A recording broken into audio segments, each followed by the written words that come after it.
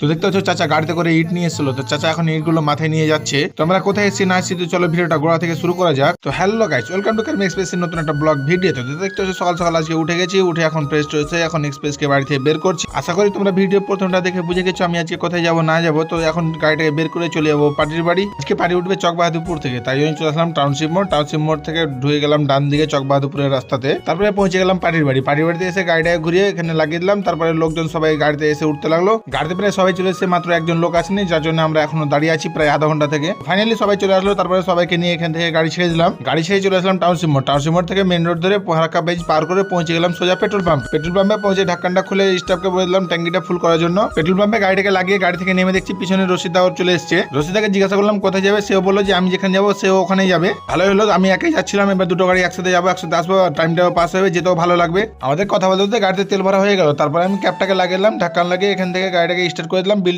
Payment করে দিলাম। প্রায় 4700 টাকা মতো লাগলো আজকে ফুল ট্যাঙ্ক করতে। তারপরে আমরা এখান থেকে গাড়ি ছেড়ে বেরিয়ে গেলাম। পেট্রোল পাম্প থেকে বেরিয়ে চলে আসলাম, দেখতে পাচ্ছ আয়রন ব্রিজ। আয়রন ব্রিজ পার করার পরে চলে আসলাম আমরা বহরমপুর। বাম দিকে থেকে গেল বহরমপুর টাউন, আর ডান দিক দিয়ে আমরা বাইপাস ধরে সোজা বেরিয়ে গেলাম বেলডাঙ্গার উদ্দেশ্যে। পাশে রাস্তায় এতই বাজে গাড়িটা 1 নম্বর 2 নম্বর গিরে চালাতে হচ্ছে, 10-20 উপরে গাড়ি চালানো যাচ্ছে না। টোল ট্যাক্সের টাকা আমাদের কাছে ঠিকভাবে নেওয়া হচ্ছে, কিন্তু রাস্তার কাজ ঠিকভাবে করা হচ্ছে না, যার কারণে রাস্তাটা প্রচুর বাজে অবস্থা হয়ে আছে। তারপরে আমরা চলে আসলাম বেলডাঙ্গার কাছাকাছি যে রেলগেটটা আছে, বেলডাঙ্গা ঢোকার আগে সেই রেলগেটে।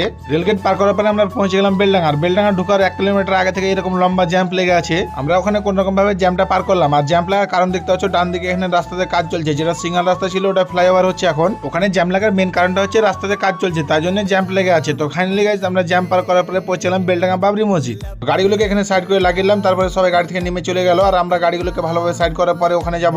আমার গাড়ি একজন প্যাসেঞ্জার বাড়ি থেকে ইট নিয়ে চলো বাবরি মসজিদে দিয়ে বলে। তো দেখতে পাচ্ছ চাচা এখন ইটগুলোকে মাথায় নিচ্ছে, এখান থেকে মাথায় করে নিয়ে যাবে বাবরি মসজিদ। আমরা যেহেতু এখানে সকাল সকাল এসে পৌঁছেছিলাম, সেরকম কোনো গ্যাঞ্জাম ছিল না, কিন্তু বেলা বাড়ার সাথে সাথে এখানে ভিড় বেড়ে যাবে, তাই জন্য গাড়িটাকে ঘুরিয়ে বাড়ি দিয়ে মুখ করে লাগিয়ে দিলাম, যাতে আমাদের বাড়ি যাওয়ার সময় বেরোতে কোনো অসুবিধা না হয়। আমরা ওখানে গাড়ি দুটোকে লাগিয়ে এখন চলে যাচ্ছি যেখানে মসজিদটা তৈরি হবে। প্যাসেঞ্জার গুলো আগে চলে গেছে আর আমি আর রশিদা এখন যাচ্ছি। আর জায়গাটা হচ্ছে একবারে NH-12 এর পাশে। দেখতে পাচ্ছ প্রচুর এখানে ইট রাখা আছে, দোকান মোকান মানে মেলার মতো দোকান বসে গেছে, খাওয়ার দোকান সবকিছু এখানে বসে গেছে। আর এখানে ইট বালি পাথর সবাই একের পর এক গাড়ি লাইন ধরে চলে আসছে। দেখতে পাচ্ছ মানুষ প্রচুর পরিমাণে এখানে দান করছে। তো ফাইনালি গাইস আমাদের এখানে ঘোরাঘুরি সবকিছু হয়ে গেছিল। তারপরে আমরা এখানে চলে এসেছিলাম খাওয়ার খাতে। তো খাওয়া দাওয়া হয়ে গেল, এখন চলে যাবো আমরা এখান থেকে হাজারদুয়ারি।